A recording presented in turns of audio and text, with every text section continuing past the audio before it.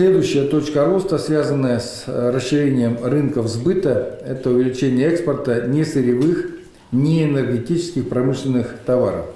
Главным инструментом здесь является участие предприятий региона в отборе организаций, реализующих корпоративные программы повышенной конкурентоспособности, и по итогам отбора предприятия получают кредиты со сниженной процентной ставкой на инвестиционное финансирование по созданию или модернизации производства и сопровождению экспортных сделок.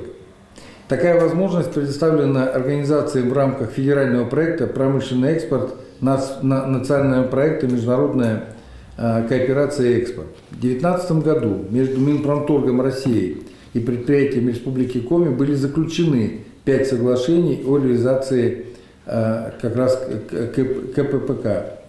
Общий объем заявленного финансирования по всем КППК 47,1 миллиарда рублей до 2024 года.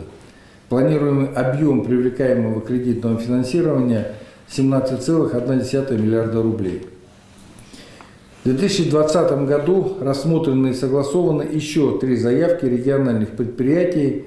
И это Жешевский ЛПК, это Сыктывкарский ЛПК и Плитный мир.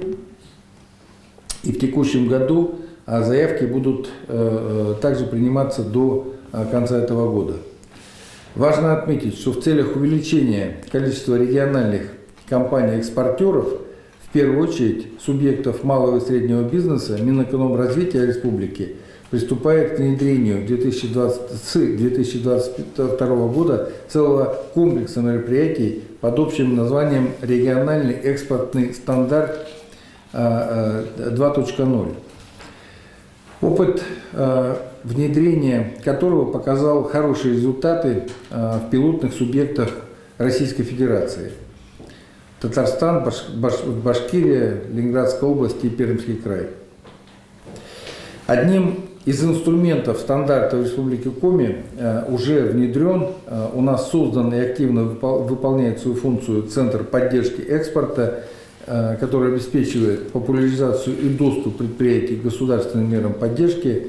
Реализация регионального экспортного стандарта 2.0 позволит увеличить число экспортеров и объем экспортной продукции, расширить географию и номенклатуру экспорта из региона.